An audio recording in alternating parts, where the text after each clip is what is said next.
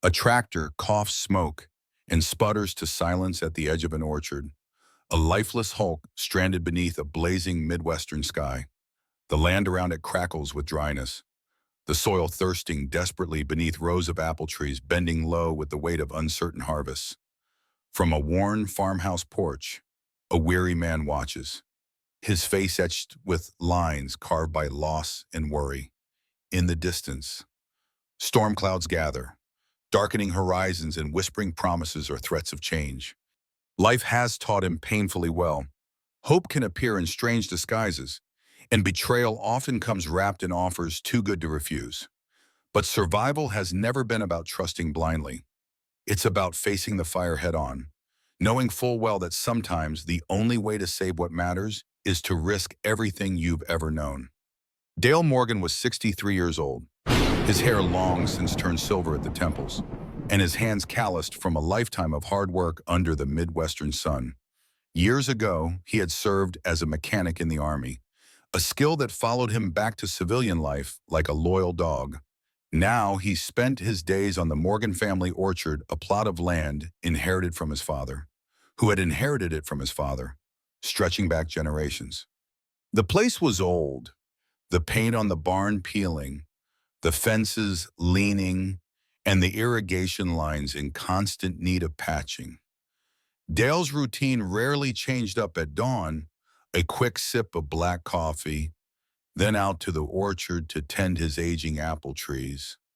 He had two daughters to provide for: Natalie, a steady-minded 16-year-old who dreamed of engineering feats and read science journals in the loft of the barn, and Chloe, 10, a bright-eyed dreamer who believed the orchard was full of hidden magic. They were the reasons he forced his aching knees to keep moving every morning. Dale's wife, Evelyn, had passed away nearly 5 years earlier. She had been his partner in every sense, tending the orchard side by side, canning applesauce for the winter, and creating a warm home out of these dusty old walls. Cancer took her abruptly, leaving Dale a single parent with heartbreak too big to put into words.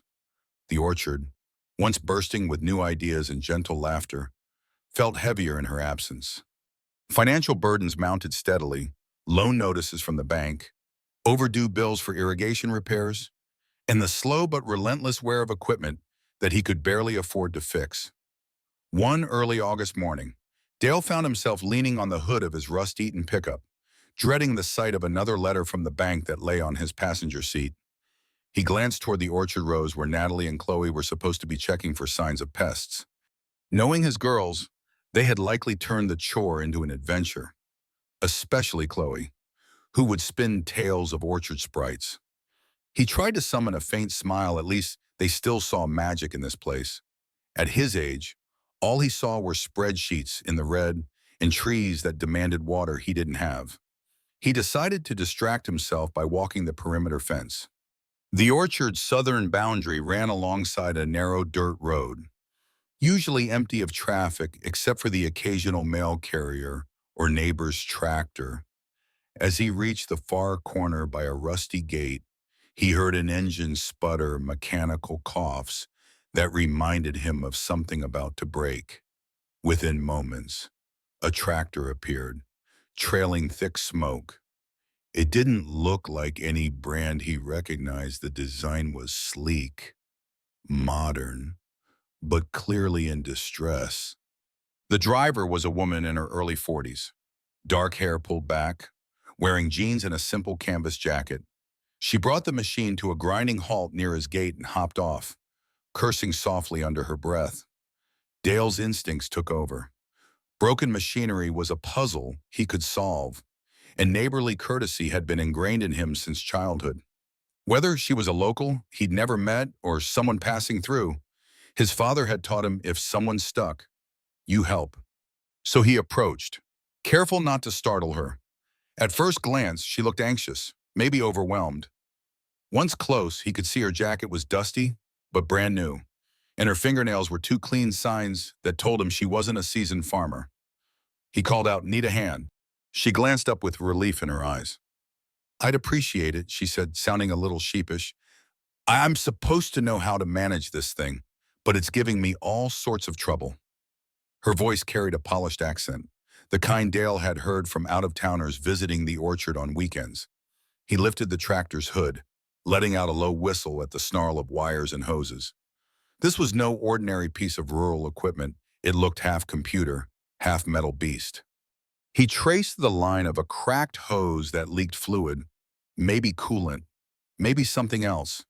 The entire contraption seemed miswired, like someone had installed advanced technology but never tested it in real field conditions. "My name's Dale. By the way," he said, rummaging in his pocket for a rag. "Dale Morgan. And you are." She straightened her shoulders as if deciding how much information to reveal. "Victoria Caldwell," she offered, glancing away. "I'm new in town, you could say." Dale didn't press, though he wondered how someone new in town got a hold of such a fancy tractor. Instead, he focused on the practical matter of repairing the machine. He reached into his old pickup, grabbed a small toolbox, and started methodically checking hoses, clamps, fluid reservoirs, and the main belt tension. While he worked, Victoria asked questions, pointed ones. She wanted to know how local farmers handled repairs, where they sourced parts, how they managed pivot irrigation systems. Dale found it slightly odd that a supposed newcomer had so many specific, technical inquiries, but he chalked it up to simple curiosity. Maybe she had just purchased a small farm or orchard of her own. The tractor, under Dale's practiced hands, grudgingly came back to life. The key was finding a workaround for the cracked coolant hose. He replaced it with a spare bit of tubing he had in his truck, making a tight seal with clamps. When he fired up the engine, it coughed, spat out some black smoke, and then settled into a lower rumble. "It'll get you where you need to go, at least for today," Dale said, wiping grease off his fingers. "Though I'd recommend you take it in for a real fix. This is just a Band-Aid." Victoria stood back, arms crossed, observing him with an odd intensity. "Thank you," she said softly. "I'm grateful." She looked down at the ground, as if searching for something else to say. Finally, she pulled out a small wallet. "What do I owe you?" Dale shook his head. "Nothing. We don't charge neighbors for a hand with a busted piece of equipment. Couldn't look my late father in the eye if I did." A ghost of a smile touched her lips, but her voice turned serious. "Your father must have taught you well. Not everyone is so helpful these days." She tucked the wallet away. "I'm sure we'll cross paths again. Dale Morgan." Then she climbed onto the tractor and rolled away, the repaired engine still complaining, but at least no longer billowing thick smoke. Dale watched until she disappeared around the bend. He realized she had never mentioned exactly where she was headed, nor had she explained why such an advanced tractor was on a back road by his orchard. By the time he returned to the house, Natalie and Chloe were there, each armed with baskets of slightly bruised apples. "Dad, you won't believe the weird noise we heard, like a plane engine or something," Chloe said excitedly. Natalie shot Dale a look. She was always the more perceptive one, noticing the new smears of grease on his forearm. Dale shrugged, deciding not to mention Victoria Caldwell. He doubted they'd ever see her again. That night, Dale sat at the old pine kitchen table. Bills and letters were spread out in front of him like a losing hand of poker, the bank's final notice, the irrigation specialist's overdue invoice, and a property tax reminder that made his stomach drop. The orchard needed 1,000 different fixes, from new piping to better pest control methods, but he couldn't scrape together enough funds. Natalie and Chloe had done all they could, picking apples, helping him patch fences, even selling homemade cider in the local market. It simply wasn't enough. A sense of guilt weighed on him. He was a father who couldn't keep his daughters from shouldering adult worries. He glanced at the old black and white photo of his father on the wall. Then his gaze drifted to a framed portrait of Evelyn, her eyes bright with that unwavering optimism she always carried. She'd once said, "You can be proud, but never so proud you refuse a helping hand." How many times had he refused help already? A pang of regret shot through him, thinking of the tractor incident earlier. Sure, he had helped Victoria, but maybe he should have accepted some form of payment if it meant keeping the orchard afloat. Natalie's footsteps on the stairs announced her late-night presence. She wore one of Evelyn's old aprons over her t-shirt. Having just finished in the kitchen with Chloe, "We made apple turnovers for tomorrow," she said. Then she frowned at the sea of papers. "Dad, are we in trouble?" Dale leaned back, trying to muster a reassuring grin. "We'll manage," he replied, though his voice rang hollow even to himself. Natalie rubbed her hands on the apron. "We could consider selling a small piece of the land, maybe. Or you could do more repair work for neighbors like you did today with that tractor." Dale shook his head. "We'd have to start with an actual tractor to fix," he joked half-heartedly. But the truth stung. There just weren't enough neighbors who could pay him what a professional mechanic might earn in town. Night fell deeper, and once Natalie went back to her room, Dale took out a wrinkled letter from Evelyn, something she had written when her illness became terminal. He'd read it only once before, on the night of her funeral.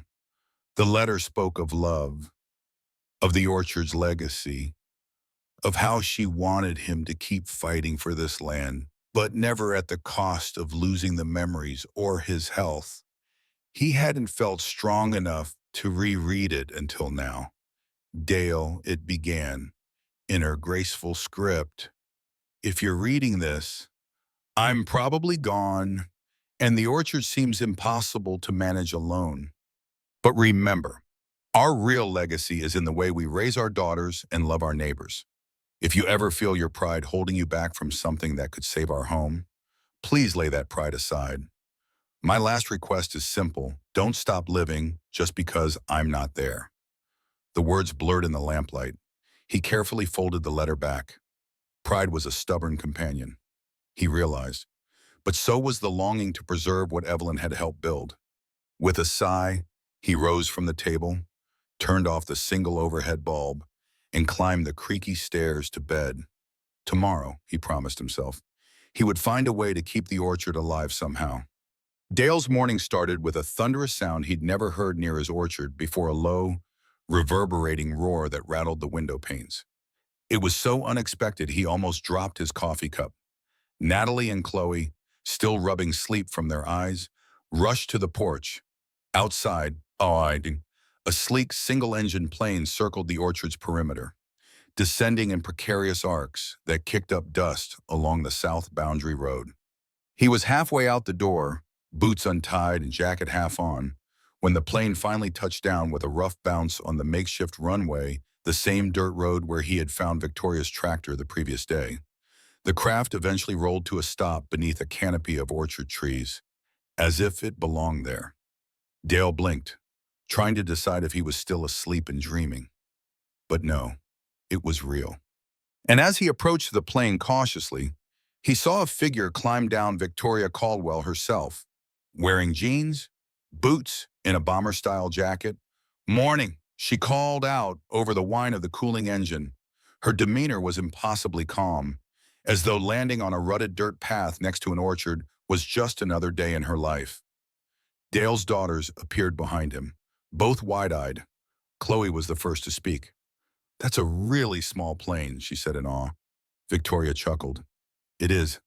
I call it my field hopper. You must be Chloe and you're Natalie." "Right, Natalie." Never one to hide her curiosity, demanded. "How do you know our names?" Victoria shrugged. "I did a little research on the orchard after I left yesterday. You saved my tractor, figured I'd learn more about the man behind the repair." She motioned toward the orchard, as if offering an explanation. "I run a company that designs advanced agricultural equipment. I test prototypes in real-world conditions." Yesterday was a test gone very, very wrong. Dale processed her words, his suspicion rising. Why would a high-powered executive personally test a faulty tractor on some back road? And why was she here now, in a small plane, acting like they were longtime acquaintances? She seemed to sense his unease because she turned serious. "I'm going to be honest. My board of directors is pushing for high-tech solutions that don't translate on the ground. Farmers complain they can't repair these new tractors without specialized tools. I wanted to see for myself. That's why I took that prototype out alone. Chloe tugged on Dale's sleeve. But why here, Dad's orchard? We're just a small place. Victoria's gaze flickered past the trees, where the sun glinted off battered irrigation lines. Because I was curious about places that have been feeding America for generations like yours. And I was impressed by how Dale handled the tractor. Fast, intuitive repairs. No fuss. Dale tried not to show his reaction, but a sense of guarded pride flickered across his heart. Anyone in this county would have done the same.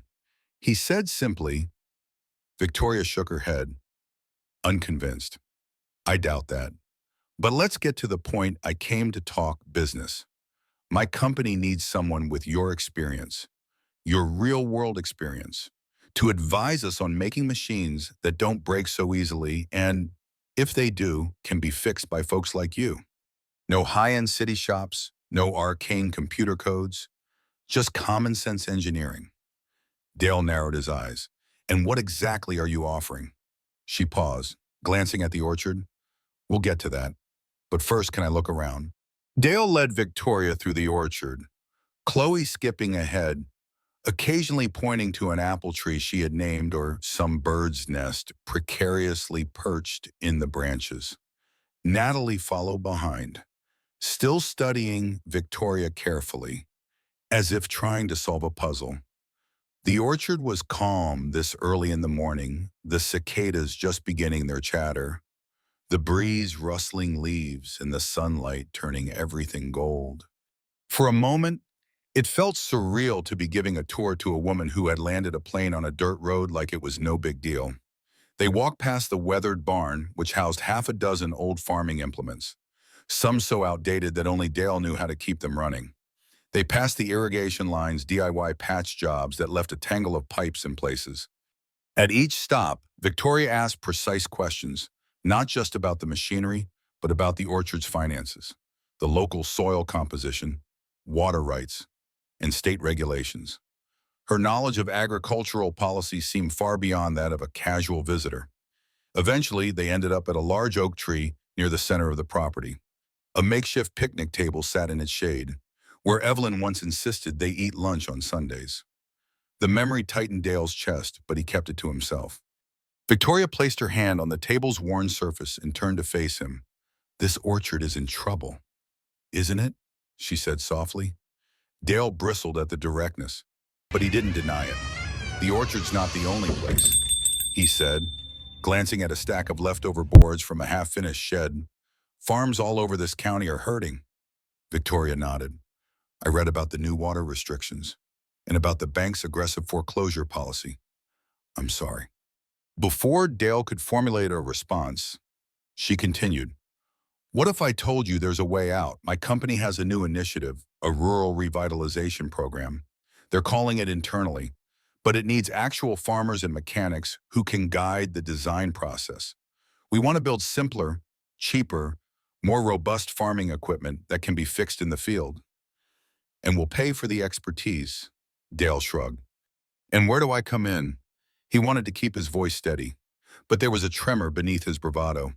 We can't move to Chicago or anything. The orchard's been in my family for generations. My daughters grew up here. My wife. He stopped short, clearing his throat. Victoria's eyes softened. I'm not asking you to move. In fact, I'd like your orchard to be a test site.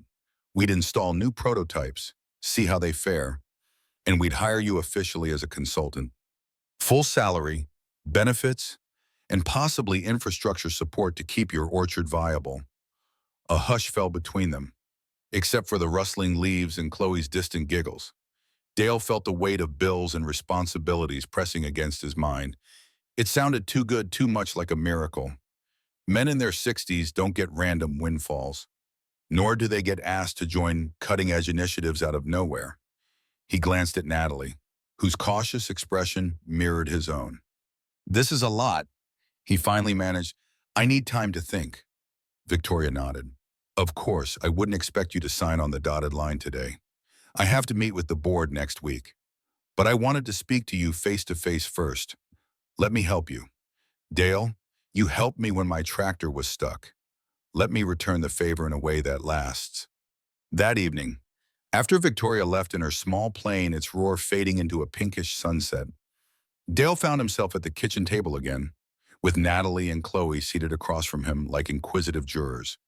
He'd explained the proposition as best he could in an official consulting role with Victoria's company.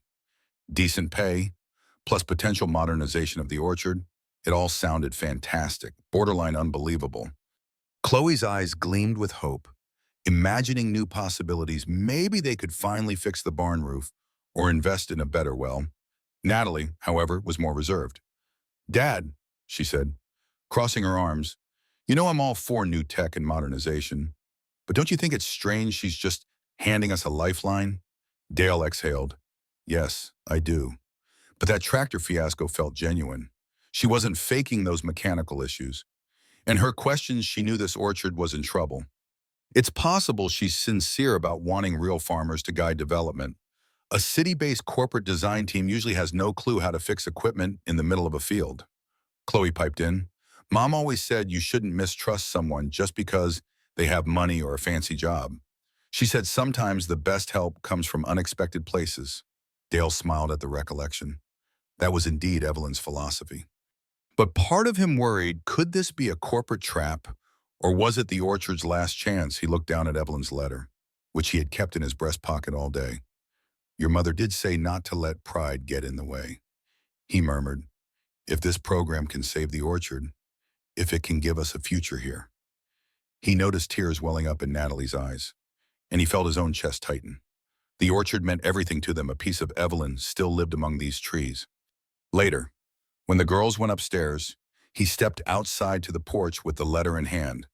Fireflies floated in the thick summer air, and the orchard's rows were silhouettes against a deepening sky.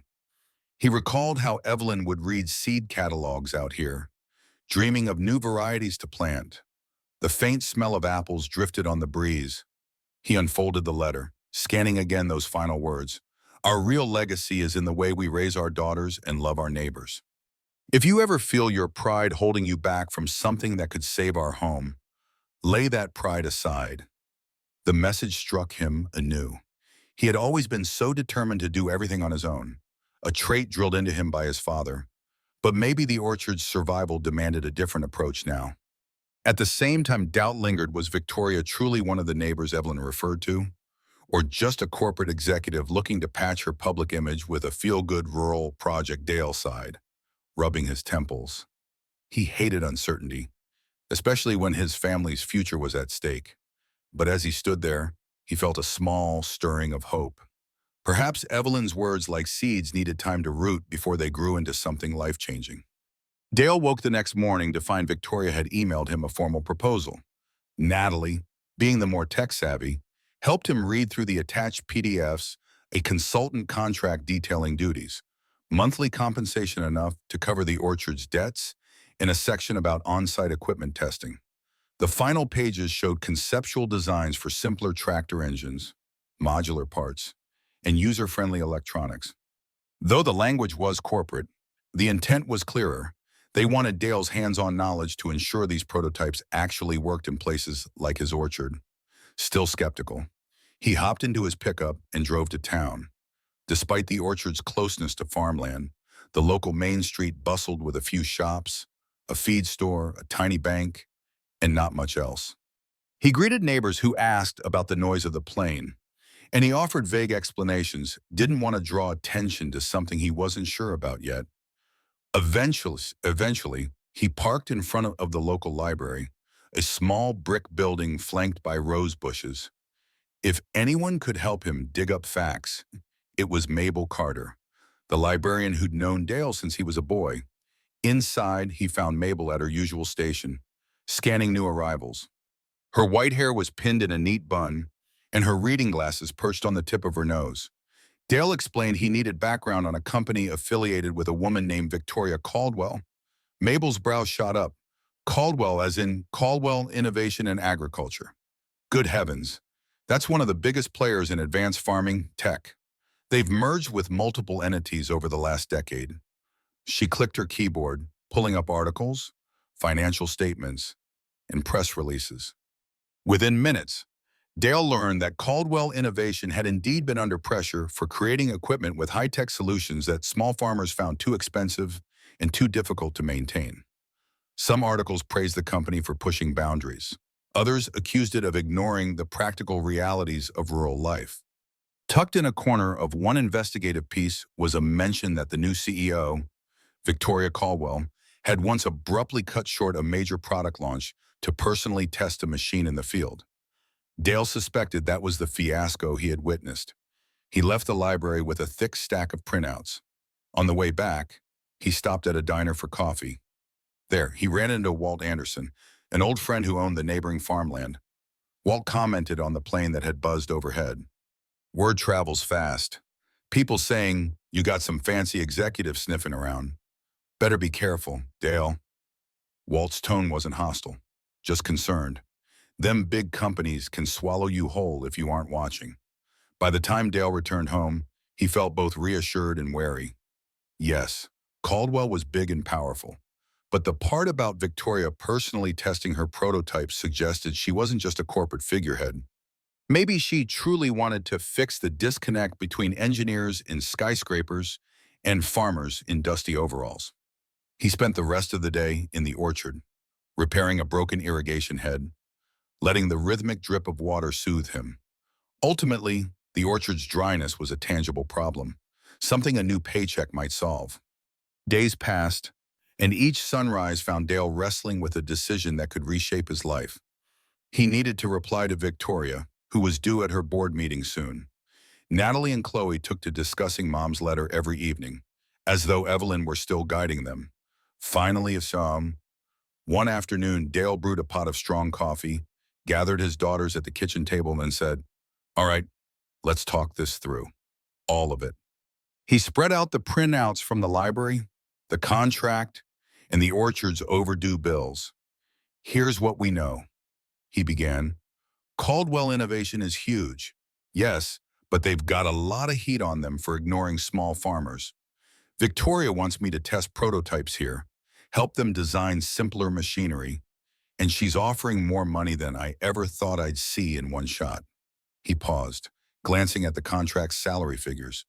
"It's enough to pay off the orchard debts and do some updates. But it also means letting them come in, set up shop, and possibly disrupt our routines." Natalie tapped her finger on a line in the contract. "They mention infrastructure improvements for irrigation and new mechanical systems. That could be beneficial. Dad, especially if we keep control over how they're installed." Chloe looked at him with wide eyes. "If we could keep the orchard from drying up every summer, that'd be good, right?" He nodded slowly. "It would. But I wonder about the intangible stuff. Privacy, our sense of independence. Sometimes big corporations want to own everything they touch." He felt a gnawing in his gut, the same feeling that hit him every time he was about to take a risk. And then there's the fact that I'm not a young guy, and this contract suggests I'd be guiding their engineers for a couple of years at least. I've never even set foot in a corporate boardroom. Natalie smiled gently. "You're the best mechanic I know. Dad, that's what they need, someone who's not polished by corporate nonsense. Someone who can say, 'No, this is how a farmer really does it.' Isn't that exactly what Mom's letter implies? Not letting pride or fear stop you from seizing a life-saving opportunity?" Chloe added, "We can't keep going as we are. I overheard the bank message. We're really close to losing the orchard." "Aren't we?" Her tone was trembling. Dale reached across the table to clasp his younger daughter's hand. But if we sign on with Caldwell, we might not just save the orchard, we could improve it." He leaned back, exhaling. In his mind, he could almost hear Evelyn's soft voice. He felt certain she would encourage him to be bold, to fight for the land by any means necessary. "All right, then," he said at last, a small tremor in his voice. "I'll call Victoria tomorrow and say yes. But I'll make it clear we do things on our terms. No more secrets, no more hidden agendas. We partner or nothing." Natalie and Chloe exchanged hopeful smiles. Outside, the orchard rustled, as if a gentle breeze carried their whispered prayers across the rows of apple trees. The next morning, Dale stepped onto the porch with his cell phone, an older model with a cracked screen, and dialed Victoria's direct number. She answered on the second ring, her voice level but clearly anticipating his decision.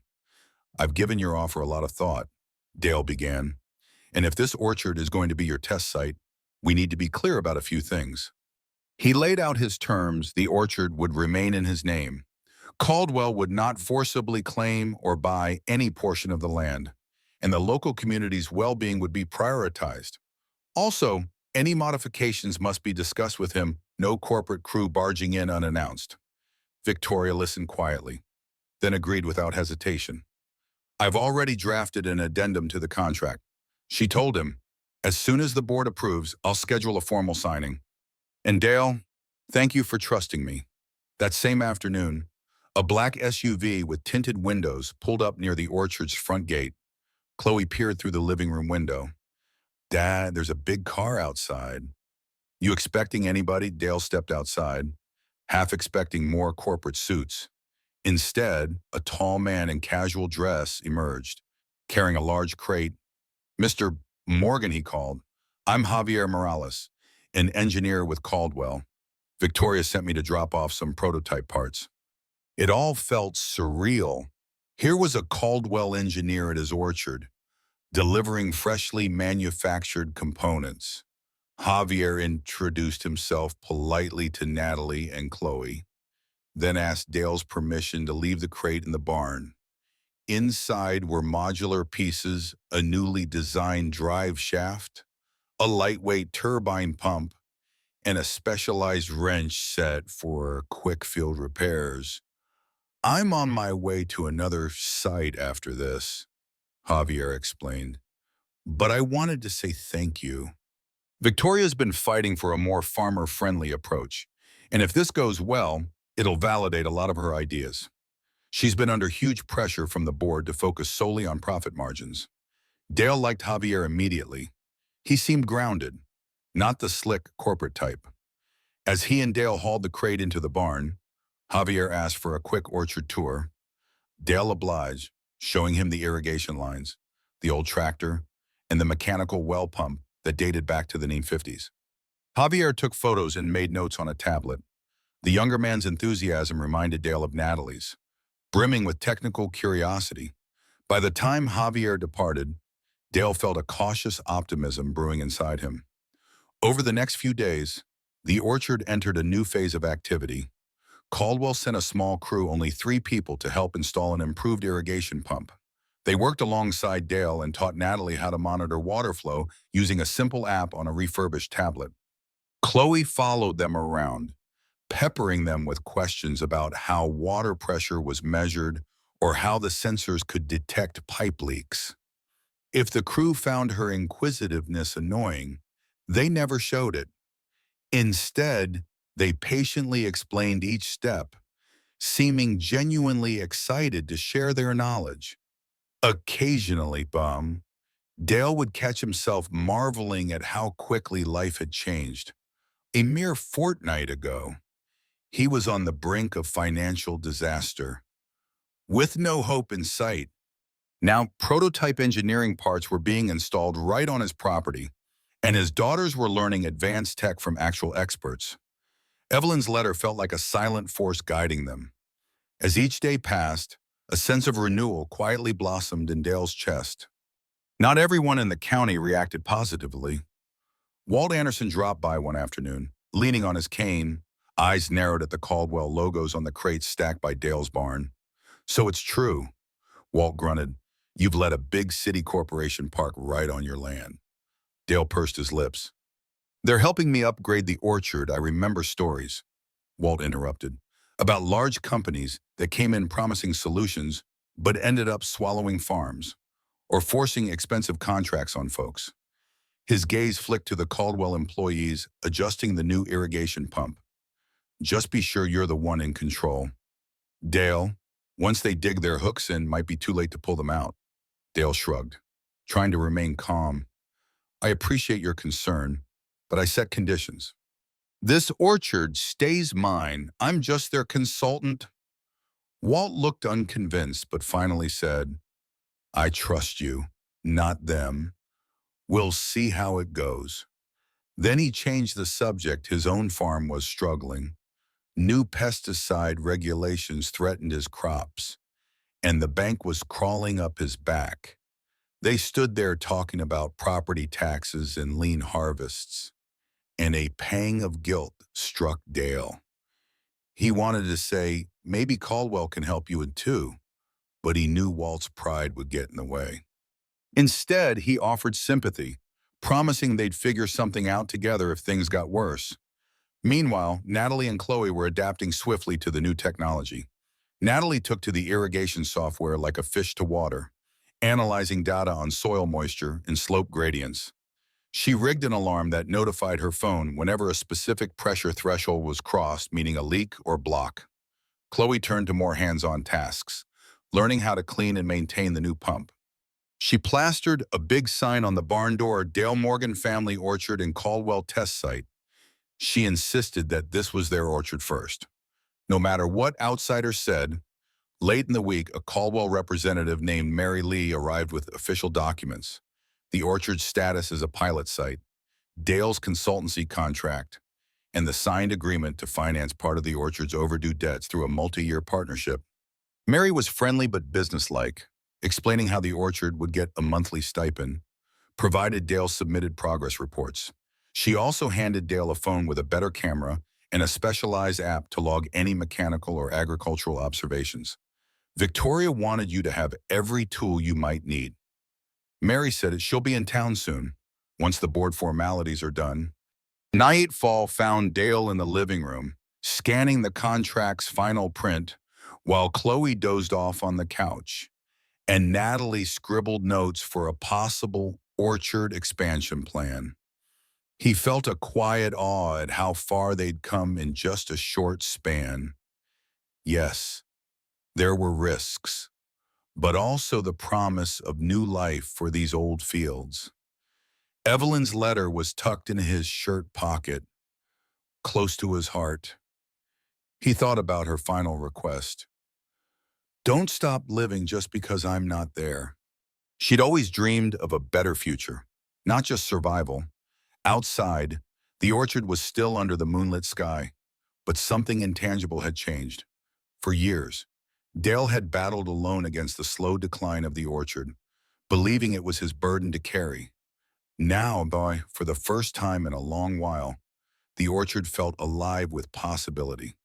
When Victoria finally returned, she arrived in more understated fashion, driving a nondescript truck rather than landing a plane. Dale met her by the barn where a group of Caldwell engineers were examining the old well system. She seemed pleased with the progress, greeting the crew, praising their collaboration with Dale's family. Looks like everything's running smoothly, she remarked, looking genuinely happy about it.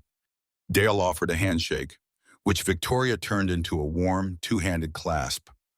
I'm relieved, she admitted, stepping aside as a forklift rolled by carrying more crates. The board fought me. Hard. They wanted to push exclusively into hyper-automated models, but I kept insisting if the machines can't be repaired in the field, they're practically useless to most farmers. This orchard pilot program is now my proof of concept. They walked down an orchard row, the trees heavy with apples nearing harvest time. The warm sunlight filtered through the leaves, dappling the ground in shifting patterns. Victoria glanced upward, taking in the serenity. It's beautiful here, she said quietly. I see why you love it. Dale folded his arms across his chest. My father used to say the orchard's got its own rhythm. If you force it, it won't yield. You have to work with nature, not against it. I guess that's true for more than just apple trees, she smiled, but Dale noticed her composure waver for a brief second. You okay, he asked. She hesitated. I found some old letters from my father recently. He died years ago, but he once had a dream of bridging the gap between corporate engineering and small farms. I didn't even realize it until I stumbled on his notes. Now it feels like I'm picking up his unfinished work.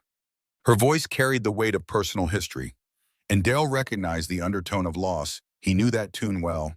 Before he could respond, Natalie called them over, pointing to the irrigation monitoring station. "Dad, Ms. Caldwell, there's a reading spike we need to see."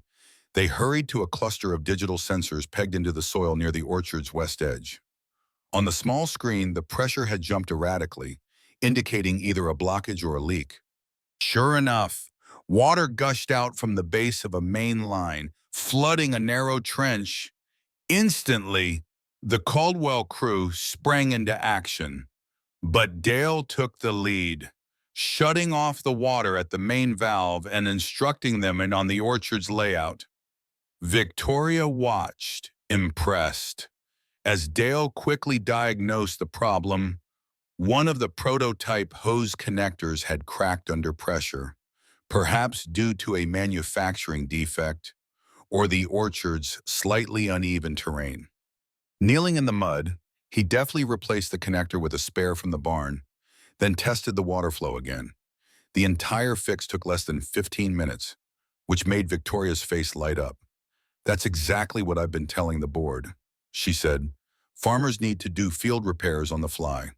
If the parts or the design make it impossible, you lose precious time and risk losing crops."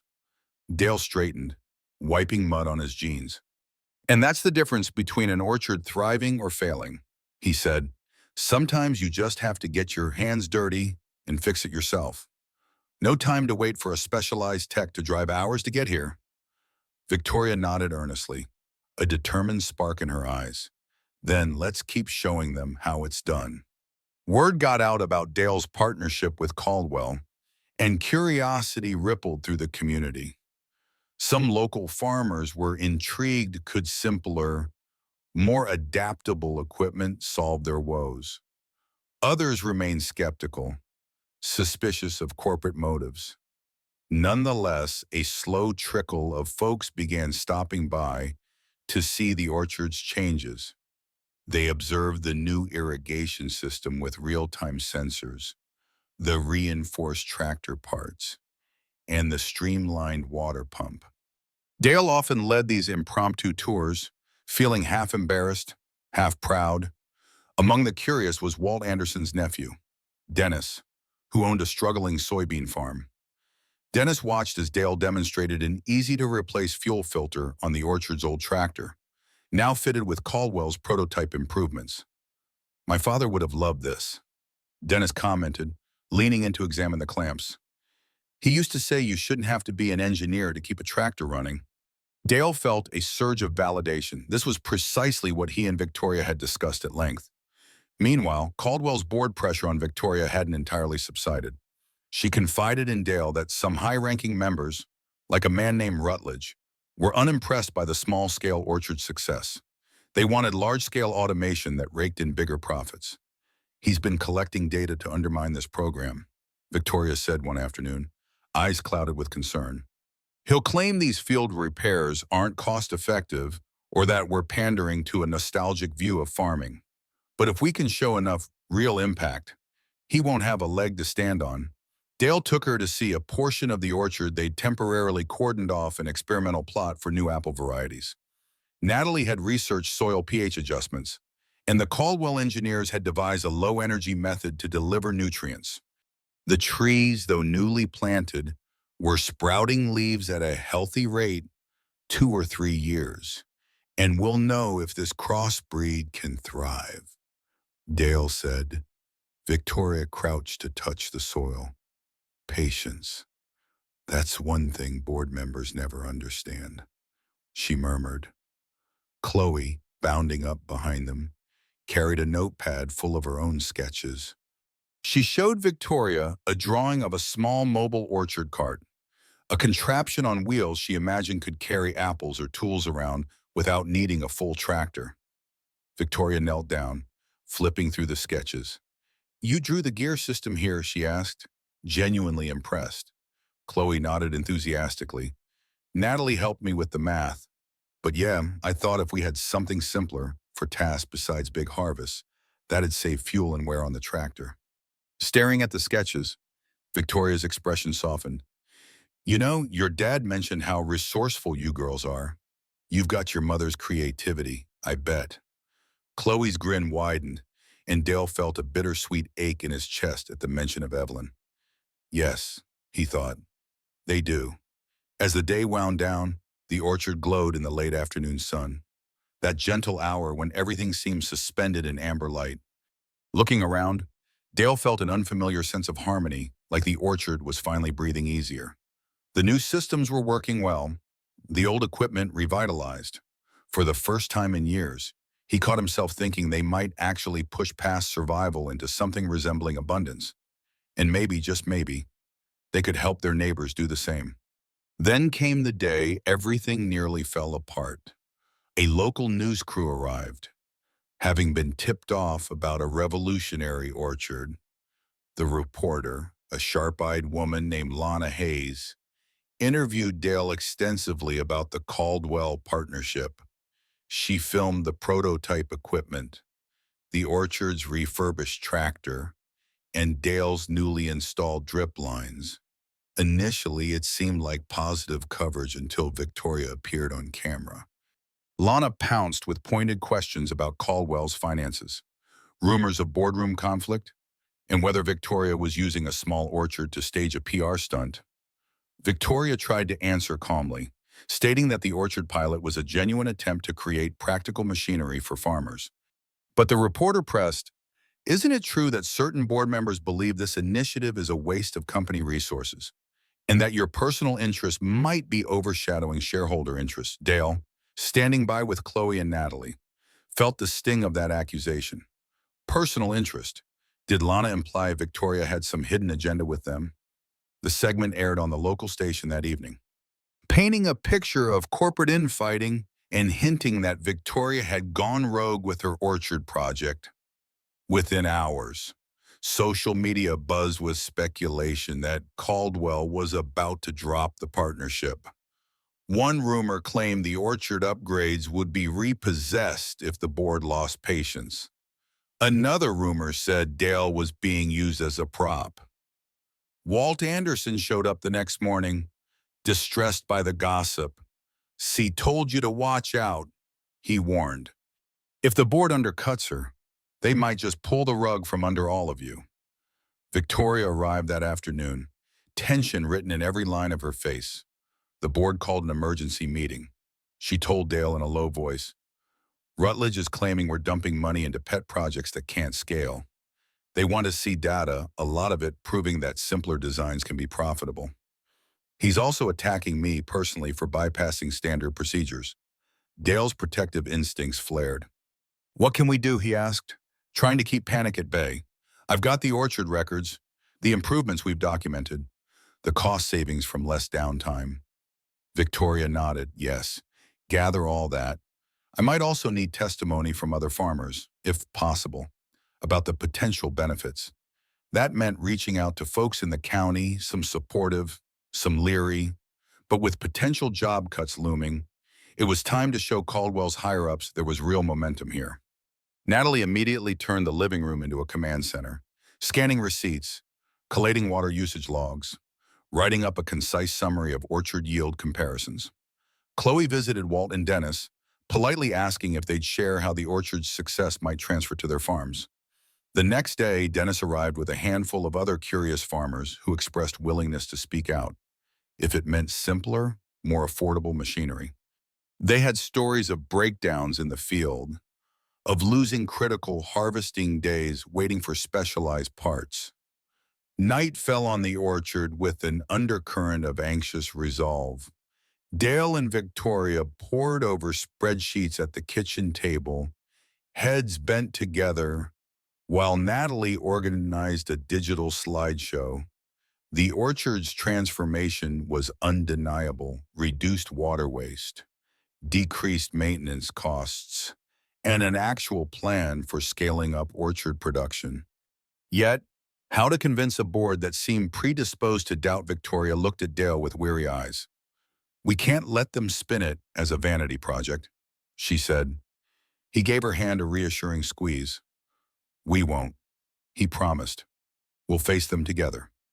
The following week, Victoria returned to corporate headquarters in the city for the pivotal board meeting. Dale and the girls stayed behind at the orchard, waiting by the phone for updates. The plan was for Victoria to present their compiled data and, if necessary, bring Dale in via video conference to answer questions. Hours crawled by with no word. Finally, near dusk, Dale's phone buzzed. Victoria's voice sounded ragged with exhaustion, yet tinged with a strange relief. "They're sending a delegation to the orchard," she said. "Rutledge demanded an on-site inspection before any final decision. He wants to see if this is real or just a fancy show." Dale prepared as though for a harvest festival, but this time, the harvest to be gathered was the orchard's credibility. Natalie made color-coded posters comparing old data to new, while Chloe curated a practical demonstration hooking a standard garden hose to the orchard's main line to show how easily a replacement connector could be installed. Mary Lee, from Caldwell's staff, arrived with a small camera crew to record the inspection. "Don't worry," she assured Dale. "We'll keep this honest, but it doesn't hurt to show them what's working well." The Caldwell delegation arrived 2 days later in sleek SUVs, stepping out in crisp suits and polished shoes that sank into the orchard's soft soil. Rutledge, tall, gray-haired, eyes keen, led the group, his expression sour. He greeted Dale with a curt nod. "Mr. Morgan," he said in a clipped tone, "I look forward to seeing the evidence of this miracle orchard for myself." Victoria shot Dale an apologetic glance, as if to say, "Don't mind him." They toured systematically, starting with the barn where the prototypes were stored. Dale demonstrated how he could replace a belt, filter, or hose in minutes, no specialized tools required. Rutledge barely nodded, asking pointed questions about cost. Mary chimed in with the data on how many hours of downtime had been saved. They moved to the irrigation station, where Natalie explained the sensor logs in the app. Rutledge scrolled through the data with a furrowed brow, but asked no questions. Next, Chloe showcased the quick-fix connector for the pipeline, hooking and unhooking it with ease to illustrate how a single person could handle it. Finally, they gathered under the big oak tree near the orchard's center, Evelyn's favorite spot. Walt and Dennis were waiting with a few other farmers, ready to talk about how they might benefit from simpler designs. Walt was still cautious, but he spoke plainly. "If Caldwell can make a tractor that won't cripple me with repair bills every harvest, I might actually stay afloat. That's not a small thing, Mr. Rutledge. It's the difference between losing the farm that's been in my family for 4 generations or handing it down to my son someday." Rutledge remained stoic, but he listened. One of his colleagues, a woman named Teresa, asked follow-up questions about scaling the orchard's methods to larger operations. Dale explained that adaptability was key. A basic design can be expanded, but an overly complicated design can't easily be simplified. By the end of the tour, the sun sat low in the sky, painting everything in a warm glow. The group reconvened for final remarks. Rutledge cleared his throat, gave a small nod. "I see some potential," he murmured, as if the words pained him. Then he turned to Victoria. "We'll review this data carefully. For now, the orchard pilot continues." News traveled fast that Rutledge and the board decided not to shut down the orchard pilot. In fact, they granted Victoria provisional funding to expand the project. The tension that had gripped Natalie and Chloe for weeks finally eased.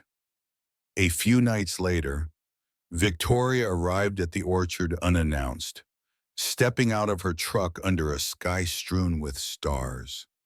She asked Dale if they could talk alone, and he invited her to walk through the rows. They ended up at the orchard's western edge, looking out over the horizon where a sliver of moon cast the trees in pale silver light. "It's funny," she said, leaning on a wooden post. "For most of my life, I've been in boardrooms and labs, trying to innovate, but I never felt so alive as I do here, among these fields." Dale nodded, pushing his hands into his pockets. "Something about the land makes you honest. No place for pretense." They walked a bit further, the wind rustling the leaves overhead, a comforting hush all around. They paused at the sight of the orchard's newest saplings, the experimental apple varieties. Victoria crouched down, touching the soil. They're so small now, yet in a few years, these could be bearing fruit. I guess that's how good ideas start: tiny, fragile, needing care. Dale watched her, thinking how different she seemed from the polished executive that first appeared. Here, in boots and jeans, she looked content. "You're building more than prototypes," he said quietly. "You're building a bridge between worlds." She stood, meeting his gaze in the moonlight. "Dale, I couldn't have done this without you. I need you to understand that. You and your daughters made it real." He felt a surge of warmth, but also a pang, thinking of Evelyn. "I just fixed your tractor," he joked softly. Victoria smiled. "Well, sometimes big changes start with small acts of kindness." There was a subtle shift in the air. She stepped closer, as if testing a boundary. "You've become important to me, Dale Morgan, to this orchard, to what I'm trying to do." And personally, Dale's heart thudded heavily in his chest. He was a widower in his 60s, trying to keep an orchard afloat, and here was a woman who seemed to care about him, not just his mechanical skills. He thought of Evelyn again, of her letter urging him to live, to keep loving, to embrace the future. He swallowed. "Life's short," he said, voice low. "Evelyn taught me that.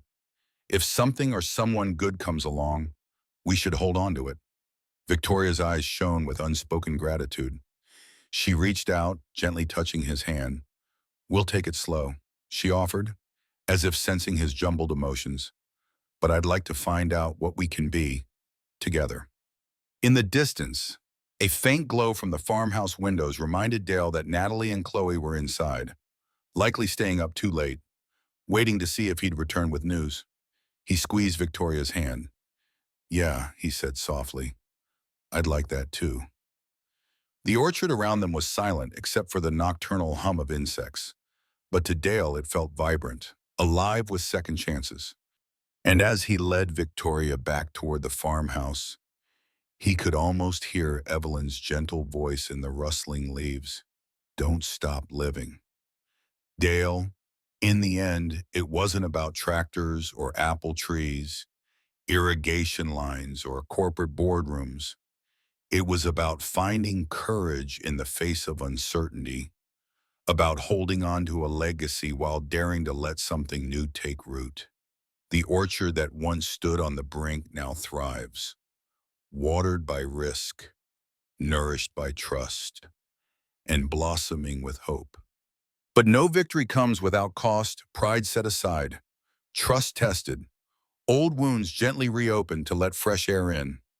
The farmer learned that strength isn't just in weathering storms alone, but in accepting the outstretched hand, even if it trembles. Change swept through these rows like wind across a field, reshaping the landscape and those who walked it. And though the orchard now stands stronger, its fruit sweeter for the struggle, there remains an echo of loss, a memory of the ones no longer here, but whose spirits linger in the rustling leaves and quiet twilight. The man knows he'll carry their lessons forever, as sure as seeds carried in the wind, as the sun dips low, painting the fields in amber and gold. One quiet thought remains: what risk would you take to protect the legacy you cherish?